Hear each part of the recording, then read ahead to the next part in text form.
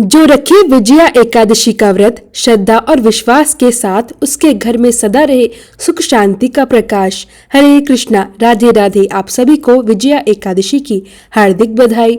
द्वारका से प्रस्थान करके भगवान श्री कृष्ण अपने दिव्य देव रथ पर आरूढ़ होकर पांडवों की महल की ओर प्रस्थान कर रहे हैं। उनका रथ स्वर्णिम आभा से दैत्यमान हो रहा है। घोड़ों की टांपों की गूंज से दिशाएं गूंज उठी है और आकाश पुष्प वर्षा से पवित्र और मंगलमय हो गया है। भगवान का मुखमंडल सौम्यता और तेज से आलोकित हो रहा है। उनकी चतुर्भुजी दिव्य मूर्ति अद्भुत प्रकाश और प्रभाव बिखेर रही है। जैसे ही श्री कृष्ण पांडवों के महल में प्रवेश करते हैं, धर्मराज युधिष्ठिर सहित पांचों पांडव अत्यंत आदर और श्रद्धा के साथ उठकर उनका स्वागत करते हैं। सभा में विराजमान ऋषि मुनि, विद्वान और पवित्र आत्माएं श्री हरि के आगमन से आनंद और उत्साह से भर उठते हैं। महल का प्रत्येक स्तंभ, प्रत्येक कक्ष ऐसा प्रतीत हो रहा है मानो श्री कृष्ण के दिव्य चरणों का स्वागत करने के लिए स्वयं झुक गया हो। धर्मराज युधिष्ठिर हाथ जोड़कर अत्यंत श्रद्धा भाव से निवेदन करते हैं, हे माधव, आप समस्त लोकों के स्वामी हैं, आप साक्षात नारायण हैं। कृपा कर मुझे बताइए कि ऐसा कौन सा व्रत है जो समस्त पापों का नाश करता है? कौन सा उपवास ग्रह दोषों को शांत कर जीवन में विजय और सफलता का मार्ग प्रशस्त करता है? श्री कृष्ण मंद मंद मुस्कान के साथ युधिष्ठिर महाराज की ओर देखते हैं और दिव्यवाणी में कहते हैं, हे धर्मराज, यह प्रश्न केवल तुम्हारे लिए ही नहीं बल्कि समस्त मानव जाति के लिए अत्यंत कल्याणकारी है। यह व्रत मनुष्य को समस्त पापों से मुक्त करने वाला है, शत्रु को शांत करने वाला है, ग्रह दोषों का निवारण करने वाला है और जीवन में विजय एवं सफलता प्रदान करने वाला है। ध्यान पूर्वक सुनो, मैं तुम्हें विजया एकादशी की महिमा सुनाता हूँ। तो आइए प्रिय श्रोताओं, अब हम सभी श्री हरि के इन दिव्य वचनों को श्रद्धा से सुने और विजया एकादशी की इस पुण्यमयी कथा में सहभागी बने। पवित्र स्कंद पुराण में विजया एकादशी का महिमा का वर्णन इस प्रकार किया गया है। एक बार महाराज युधिष्ठिर ने भगवान श्री कृष्ण से पूछा, हे वासुदेव, फाल्गुन मास के कृष्ण पक्ष में कौन सी एकादशी आती है? कृपया आप मुझे बताइए। तब भगवान श्री कृष्ण ने कहा, हे युधिष्ठिर, एक बार कमल पर विराजमान श्री ब्रह्मा जी ने देव ऋषि नारद जी से भी यही प्रश्न किया था। नारद जी ने पूछा, हे सर्वश्रेष्ठ, फाल्गुन मास के कृष्ण पक्ष में जो विजया एकादशी आती है, उसका पालन करने से कौन सा पुण्य प्राप्त होता है? कृपया इस विषय में विस्तार से बताइए। तब ब्रह्मा जी बोले, हे नारद, ध्यान से सुनो, मैं तुम्हें एक अत्यंत पवित्र और प्राचीन कथा सुनाता हूँ जो सभी पापों को हरने वाली है। यह व्रत अत्यंत प्राचीन और अत्यंत पवित्र है। यह विजया एकादशी राजाओं को भी विजय प्रदान करने वाली है। बहुत पहले जब राजा रामचंद्र 14 वर्षों के लिए वन में गए थे, तब वे पंचवटी में माता सीता जी और लक्ष्मण जी के साथ निवास कर रहे थे। वहीं से रावण ने सीता जी का हरण कर लिया। इससे श्री रामचंद्र जी अत्यंत व्याकुल और दुखी हो गए। वे सीता जी की खोज में वन वन भटकते हुए जटायु से मिले, जो मरणासन अवस्था में थे। इसके पश्चात उन्होंने वन में कमंद नामक राक्षस का वध किया। फिर सुग्रीव से मित्रता करके श्री रामचंद्र जी ने वानर सेना को संगठित किया। हनुमान जी श्री रामचंद्र जी की मुद्रिका लेकर लंका गए और वहां माता सीता जी की खोज कर उन्हें ढूंढ निकाला और पुनः लौट आए। लंका दहन के पश्चात सुग्रीव से परामर्श लेकर श्री रामचंद्र जी ने लंका जाने का निश्चय किया। जब वे सागर तट पर पहुंचे, तब श्री रामचंद्र जी लक्ष्मण से कहने लगे, हे सुमित्रा नंदन, इस अथाह और गहरे सागर में अनेक भयानक जीव जंतु निवास करते हैं। इसे सरलता से कैसे पार किया जाए, कोई उपाय समझ में नहीं आ रहा। तब श्री लक्ष्मण जी ने विनम्रता से कहा, महाराज, आप ही आदि देव हैं, आप ही पुराण पुरुष पुरुषोत्तम है, आपसे कुछ भी छिपा नहीं है। इस द्वीप में प्राचीन काल से एक महान तपस्वी बल्लभ मुनि निवास करते हैं। पास ही उनका आश्रम है। हे रघुनंदन, उन्हीं से इस समस्या का समाधान पूछना उचित होगा। लक्ष्मण जी के वचनों के अनुसार प्रभु रामचंद्र जी मुनि बल्लभ के आश्रम में उनसे मिलने पहुंचे। उन्होंने मुनि को सादर प्रणाम किया। मुनि ने तुरंत पहचान लिया कि ये स्वयं परम पुरुषोत्तम श्री राम है। अत्यंत आनंदित होकर उन्होंने पूछा, हे श्री राम, आपका आगमन किस हेतु हुआ है? तब श्री रामचंद्र ने कहा, हे मुनिवर, रावण का संहार करने के लिए मैं यहाँ आया हूँ। कृपा कर इस सागर को पार करने का उपाय बताइए। तब बल्लभ मुनि ने कहा, हे श्री राम, फाल्गुन मास के कृष्ण पक्ष की विजया एकादशी का पालन करने से निश्चित ही विजय प्राप्त होती है। हे राजन, इस व्रत की विधि कुछ इस प्रकार है। दशमी तिथि के दिन सोने, चांदी, पीतल, तांबे अथवा मिट्टी के कलश की स्थापना करें। उसमें स्वच्छ जल भरकर पत्ते डालें। उस कलश के ऊपर भगवान नारायण की स्वर्णमयी मूर्ति स्थापित करें। फिर एकादशी के दिन प्रातःकाल ब्रह्म मुहूर्त में उठकर स्नान करें। इसके पश्चात पुष्पमाला, चंदन, सुपारी और नारियल अर्पित करके उस कलश की विधिवत पूजा करनी चाहिए। दिन भर उसी कलश के समक्ष बैठकर कथा श्रवण और कीर्तन करना चाहिए। रात्रि में जागरण करना अत्यंत शुभ और पुण्यदायक माना गया है। घी का दीपक प्रज्वलित करने से व्रत की अखंड सिद्धि प्राप्त होती है और भगवान की विशेष कृपा प्राप्त होती है। उसके पश्चात द्वादशी के दिन नदी या तालाब के किनारे उस कलश की विधि विधान से पूजा करनी चाहिए और फिर वह कलश किसी योग्य ब्राह्मण को श्रद्धा सहित दान कर देना चाहिए।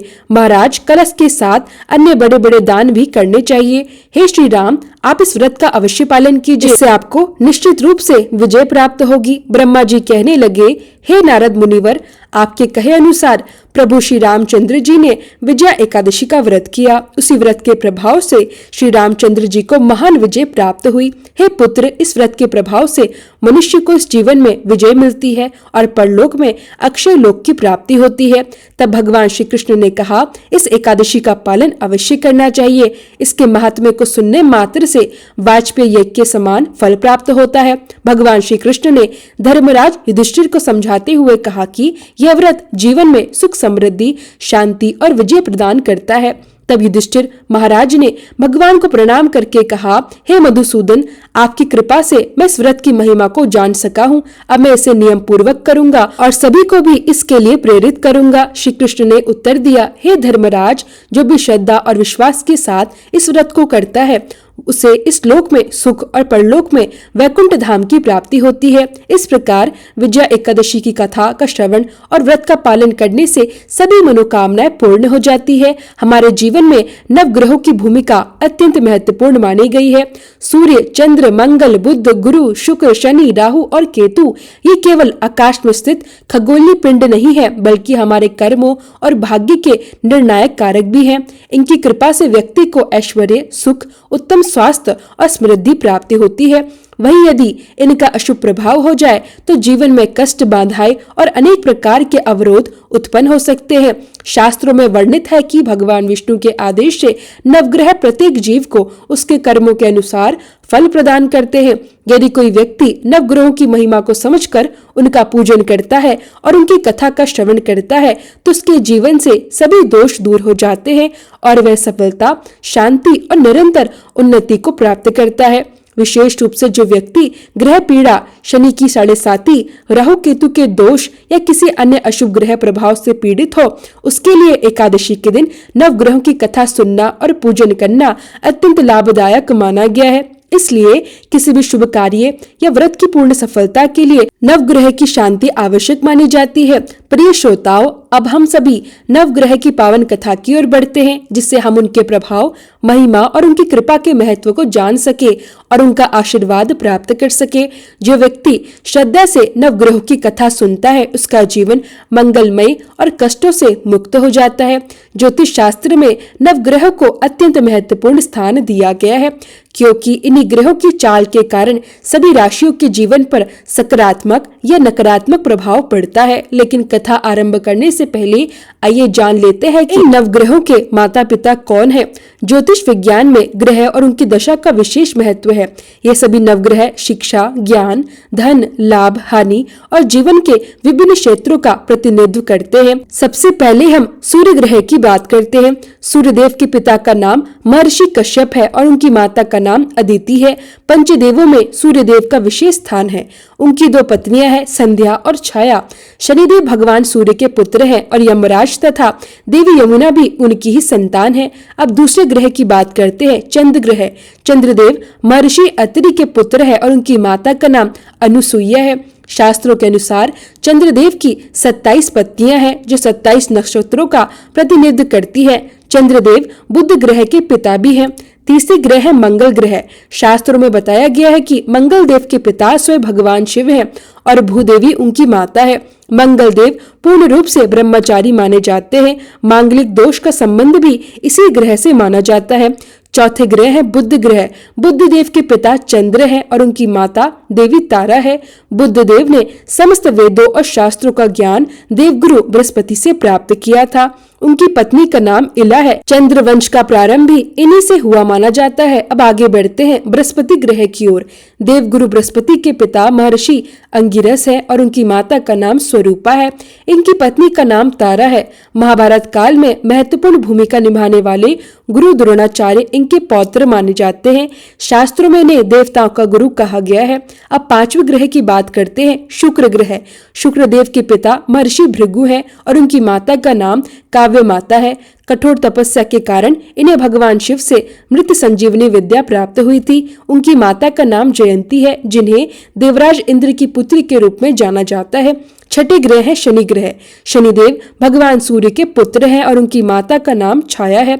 हालांकि शनि का स्वभाव अपने पिता के गुणों से बिल्कुल विपरीत माना जाता है। शनिदेव व्यक्ति को उसके कर्मों के अनुसार ही फल प्रदान करते हैं। उनकी पत्नी का नाम धामिनी है। सातवें और आठवें ग्रह के रूप में राहु और केतु को जाना जाता है।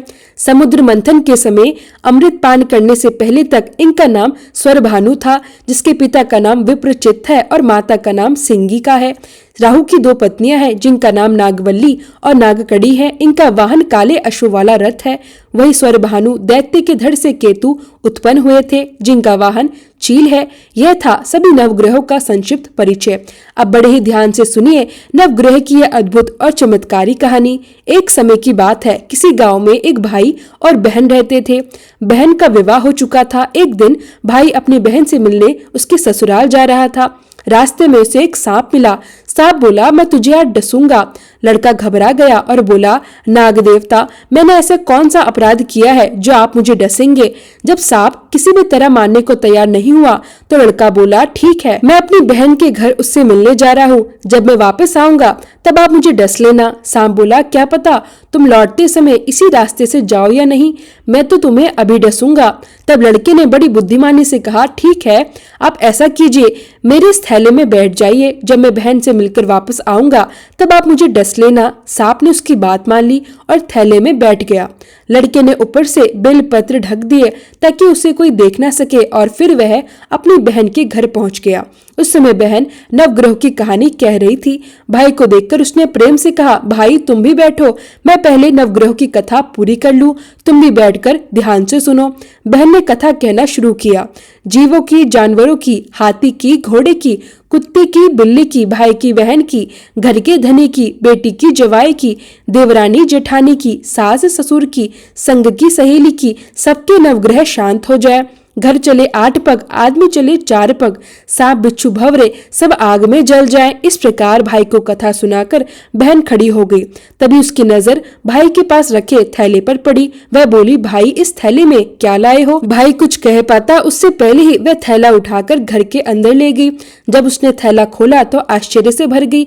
बेलपत्र, केले और संतरे बन गए थे और सांप एक चमचमाता हुआ सुंदर सा हार बन गया था।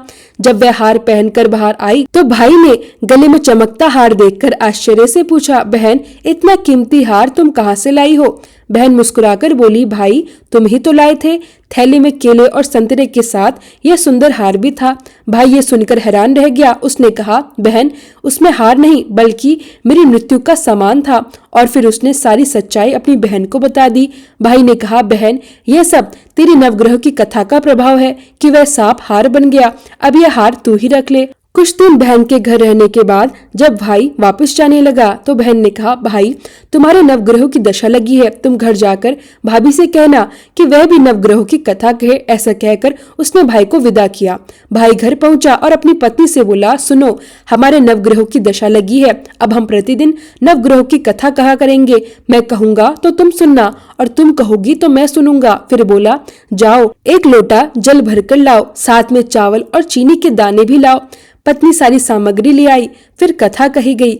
जीव की, जानवर की, हाथी की, घोड़े की, कुत्ते की, बिल्ली की, देवरानी जेठानी की, सास ससुर की, घर के धनी की, बेटी जवाई की, भाई की, बहन की, सबके 9 ग्रह शांत हो जाएं। घर चले 8 पग, आदमी चले 4 पग, सांप बिच्छू भंवरे सब आग में जल जाएं। सभी नवग्रहों को नमस्कार है। जैसे नवग्रहों की दशा भाई की उतरी, वैसे ही इस कथा को कहते, सुनते और हुंकारा भरते सबकी उतरे। सब पर नवग्रहों की कृपा बनी रहे। अब सुनिए एक और सुंदर प्रसंग। एक गांव में एक बूढ़ी माई अपने बेटे और बहू के साथ रहती थी। बूढ़ी माई का नाम था सुखिया। उनके परिवार में एक पोता और एक पोती भी थे। पूरा परिवार हंसी खुशी के साथ रहता था। उनका समय बड़े आनंद से बीत रहा था। सुखिया बुढ़िया माई बहुत ही नित्य कर्म करने वाली, धार्मिक और श्रद्धालु स्त्री थी। वह हमेशा एकादशी माता का व्रत रखती थी। प्रतिदिन नियम से तुलसी माता की पूजा करती, तुलसी में जल अर्पित करती, दीपक जलाती, आरती करती और श्रद्धा से परिक्रमा करती थी। ऐसे उनके दिन शांति और भक्ति में बीत रहे थे। उनकी सखियां भी उनके पास बैठकर कथा कहानियां सुनती और अपना ज्ञान बढ़ाया करती थी। एक दिन बुढ़िया माई अपनी सखियों के साथ बैठी थी। उनकी हम उम्र 7-8 सहेलियां भी साथ थी। सब आपस में प्रेम से बातें कर रही थी। तभी एक सखी बोली, सुखिया, हम सोच रहे हैं क्यों ना हम सब द्वारकाधीश की यात्रा पर चले। हमारे मन में द्वारकाधीश के दर्शन करने की बड़ी इच्छा हो रही है।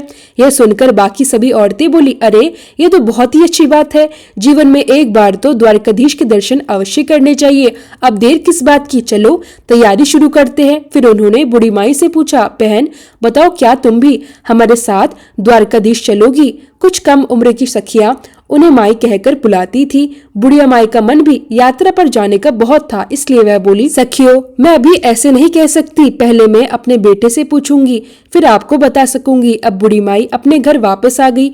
उनका जो बेटा था वह नौकरी किया करता था। रोज की तरह उस दिन भी वह सुबह से शाम तक नौकरी करके जब घर लौटा तो घर का माहौल थोड़ा अलग था। उस दिन जब वह घर आया तो बूढ़ी माई के जो पोते पोतियां थे वह उनके लिए खाना लेकर गए, लेकिन बूढ़ी माई ने उस दिन खाना खाने से साफ इनकार कर दिया।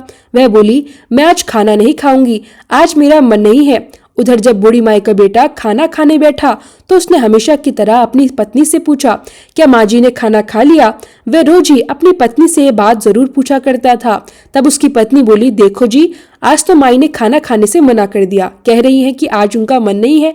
यह सुनते ही बूढ़ी माई का बेटा तुरंत अपनी माँ के पास गया और प्यार से बोला, माँ क्या बात है, आज आपने भोजन क्यों नहीं किया? तब बूढ़ी माई बोली, बेटा आज मेरा बिल्कुल मन नहीं है। बेटा थोड़ा चिंतित होकर बोला, माँ जी कहीं आपकी तबीयत तो खराब नहीं है? अगर कोई परेशानी है तो मुझे बताओ, मैं अभी आपको वैद्य जी के पास लेकर चलता हूँ। बूढ़ी माई मुस्कुराकर बोली, नहीं बेटा, मुझे कोई परेशानी नहीं है, तुम चिंता मत करो, बस मेरा मन तो द्वारकाधीश जी की यात्रा करने को कर रहा है। यह सुनकर बेटा बोला, माँ खुलकर बताओ बात क्या है? तब बूढ़ी माई ने शाम को अपनी सखियों के बीच हुई सारी बातें अपने बेटे को बताई। वह बोली, बेटा मेरी कुछ सहेलियां द्वारकाधीश जी की यात्रा पर जा रही हैं। मेरा भी बहुत मन कर रहा है कि मैं उन सभी के साथ यात्रा पर जाऊं। माँ की यह बात सुनकर बेटा तुरंत बोला, माँ जी इसमें सोचने वाली बात कौन सी है? मैं आपकी यात्रा जाने का पूरा प्रबंध कर देता हूँ, आप जरूर यात्रा पर जाइए। बेटे के मुंह से यह बात सुनकर बूढ़ी माई बहुत खुश हो गई। उनका मन आनंद से भर गया और वह मन ही मन द्वारकाधीश जी का ध्यान करने लगी। फिर वह अपने बेटे से बोली, बेटा लेकिन मुझे एक बात की चिंता है। बेटा बोला, माँ बताइए ना क्या चिंता है? माँ बोली, बेटा अगर मैं द्वारकाधीश की यात्रा के लिए जाऊंगी तो कम से कम 4-5 दिन तो लग ही जाएंगे वापस आने में, लेकिन मेरे आंगन में जो तुलसी माता रखी है उन्हें कौन सींचेगा, कौन उनकी पूजा पाठ करेगा, कौन उनकी आरती करेगा? तब बेटा बोला, माँ बिल्कुल चिंता मत कीजिए, वह सारे काम आपकी बहू कर लेगी। मैं उसे कह दूंगा वह आपकी तुलसी जी की पूजा कर लिया करेगी। ये सुनकर बूढ़ी माई निश्चिंत हो गई। वह बोली, ठीक है बेटा। और अगली सुबह वह बड़े ही उत्साह और खुशी के साथ द्वारकाधीश जाने की तैयारी करने लगी। इधर बूढ़ी माई का बेटा अपनी पत्नी से बोला, सुनो भाग्यवान, मेरी माँ द्वारकाधीश की यात्रा पर जा रही है, इसलिए तुम माँ के लिए अच्छे से काजू बादाम के लड्डू बना दो ताकि रास्ते में उन्हें कोई भी परेशानी ना हो। अब जो बूढ़ी माई की बहू थी वह मन ही मन सोचने लगी, मुझे तो ये एक दिन के लिए भी मायके नहीं जाने देती, कहते हैं कि ये सारा काम बिगड़ जाएगा और देखो अपनी माँ को 4-5 दिनों के लिए यात्रा पर भेज रहे हैं। चलो माँ जी दर्शन करने जा रही है, यह तो ठीक है, लेकिन उनकी पूजा का काम भी मुझे ही सौंप कर जा रही हैं। बहू कुछ तो कह नहीं पा रही थी, लेकिन उसके मन में खटास भर गई थी। उसने मन ही मन एक साजिश रची। उसने अपने पति से तो कह दिया, ठीक है, मैं माँ के लिए गोद, गिरी, बादाम और काजू के लड्डू बना दूंगी और एक डिब्बे में भरकर माँ जी को दे दूंगी। अब बेटा निश्चिंत होकर सुबह अपनी नौकरी पर चला गया। इधर घर में बूढ़ी माई की बहू ने क्या किया, उसने आंगन में रखे तुलसी जी के गमले को उठाया। उस गमले में जो पवित्र तुलसी माता लगी हुई थी, उन्हें उसने जड़ से उखाड़ लिया। फिर तुलसी जी को जड़ सहित एक पीतल के डिब्बे में भर दिया और वही डिब्बा अपनी सासू माँ की थैली में रख दिया। और वह बोली, लीजिए माँ जी, इसमें गोंद, गिरी, काजू और बादाम के लड्डू है, आप रास्ते में इन्हें खा लेना। बूढ़ी माई को तो कुछ पता ही नहीं था। वे अपने बेटे बहू को आशीर्वाद देती हुई तीर्थ यात्रा पर निकलने लगी। चलते समय उन्होंने अपनी बहू से कहा, बेटी घर में मेरे पीछे तुलसी जी का ध्यान रखना। बहू बोली, ठीक है माँ जी, आप बिल्कुल निश्चिंत होकर जाइए। अब तो बूढ़ी माई ने आशीर्वादों की झड़ी लगा दी। उन्होंने अपनी बहू को खूब दिल खोलकर आशीर्वाद दिया और बोली, बहू ने तो मुझे काजू बादाम के लड्डू बनाकर दिए हैं। दूध नहाओ, पूतो फलो, लाखों में बैठो, करोड़ों में उठो, दिन दूनी रात चौगुनी तरक्की करो। उनके मुंह से अपनी बहू के लिए लगातार आशीष निकल रहे थे। सौभाग्यवती रहो, सौभाग्यवती रहो, मेरे बेटे का काम अच्छे से चले। इस तरह न जाने कितने कितने आशीर्वाद देती हुई बूढ़ी माई अत्यंत प्रसन्न मन से अपनी सखियों के साथ जा मिली। अब सारी सखियां और बूढ़ी माई मिलकर बड़े ही श्रद्धा और भक्ति भाव से द्वारकाधीश की पैदल यात्रा कर रही थी। यात्रा करते करते जब वह बहुत थक गई तो उन्होंने एक ऐसी जगह देखी जहाँ वह थोड़ी देर विश्राम कर सकती है। तब सभी लोगों ने अपना अपना खाने पीने का सामान निकाला और सारी सखियां मिलकर वहीं बैठ गई, प्रेम से भोजन करने लगी और विश्राम करने लगी। तब बूढ़ी माई ने भी अपना डिब्बा खोला।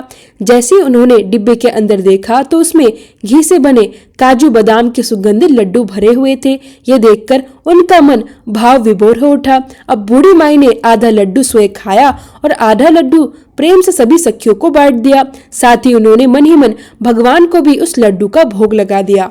अब सारी सखियां हंसते हुए और प्रेम से कहने लगी, अरे सुखिया, देखो तो तुम्हारी बहू तुम्हारा कितना ध्यान रखती है। तुम्हारी बहू ने तो तुम्हारे लिए घी के इतने स्वादिष्ट लड्डू बनाकर रखे हैं। सच में तुम्हारी बहू तो बहुत अच्छी है। देखो वह तुम्हारा कितना ख्याल रखती है। यह सब सुनकर बूढ़ी माई भी मन ही मन अपनी बहू की तारीफ करने लगी। उनका हृदय कृतज्ञता से भर गया। साथ ही साथ में तुलसी माता को भी स्मरण कर रही थी और उनके प्रति श्रद्धा व्यक्त कर रही थी। चलते चलते अब सारी सखियां द्वारकाधीश जी के धाम पहुंच गई। जब वे वहां पहुंची तब शाम का समय हो रहा था। संध्या की बेला थी। दर्शन करने के लिए बहुत लंबी भीड़ लगी हुई थी। इतनी लंबी लाइन देखकर बूढ़ी माई के मन में हल्की चिंता जाग उठी। वह मन ही मन सोचने लगी। उन्होंने अपनी आंखें बंद कर ली और ध्यान में लीन हो गई। वह प्रभु से प्रार्थना करने लगी, हे प्रभु जी, इतनी लंबी भीड़ है, यदि आज मुझे आपके दर्शन नहीं हुए और कपाट बंद हो गए तो मेरा यहाँ आना व्यर्थ हो जाएगा। वह अत्यंत भाव से कहने लगी, प्रभु, जीवन में एक बार मुझे अपने दर्शन दे दीजिए।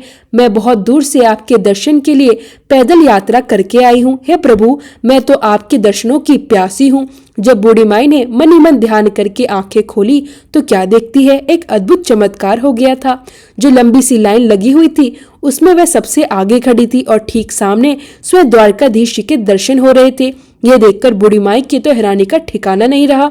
अभी तो वह भीड़ की लाइन में सबसे पीछे थी और अब वह चमत्कार हुआ कि वह सबसे आगे आ गई। और पंडित जी सभी का प्रसाद चढ़ा रहे थे। तब बूढ़ी माई ने अपना डिब्बा खोला और देखा कि उसमें एक लड्डू और एक तुलसी जी की पत्ती रखी हुई थी। अब बूढ़ी माई ने वही लड्डू और तुलसी जी की पत्ती द्वारकाधीश को चढ़ाने के लिए यानी भोग लगाने के लिए श्रद्धा से पुजारी को दे दी। फिर मन ही मन बूढ़ी माई सोचने लगी, हे प्रभु, यहाँ तो बड़े बड़े अमीर सेठ आए हुए हैं। वे आपके लिए महंगे से महंगे भोग लेकर आए हैं और मेरा लगाया हुआ भोग तो बहुत ही साधारण है। भला द्वारकाधीश मेरे छोटे से भोग को कैसे स्वीकार करेंगे। पता नहीं मेरे लगाए गए भोग का नंबर आएगा भी या नहीं। वह मन ही मन द्वारकाधीश को पुकार रही थी, हे प्रभु, मेरे भी लड्डू का भोग लगा लीजिए और मुझे निहाल कर दीजिए। ऐसे सच्चे मन से प्रार्थना करने के बाद जब बूढ़ी माई ने आंखें खोली तो उनकी आंखें आश्चर्य से फैल गई। उन्होंने क्या देखा, द्वारकाधीश जी के हाथों में जो लड्डू था वह वही लड्डू था जो बूढ़ी माई ने भोग लगाने के लिए पुजारी जी को दिया था और साथ में तुलसी जी की पत्ती भी ठाकुर जी के हाथ में विराजमान थी। यह अद्भुत दृश्य देखकर बूढ़ी माई अत्यंत प्रसन्न हुई। उनका हृदय भाव विभोर हो उठा।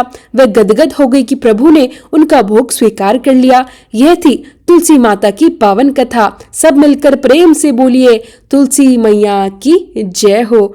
श्री हरि विष्णु भगवान की जय हो।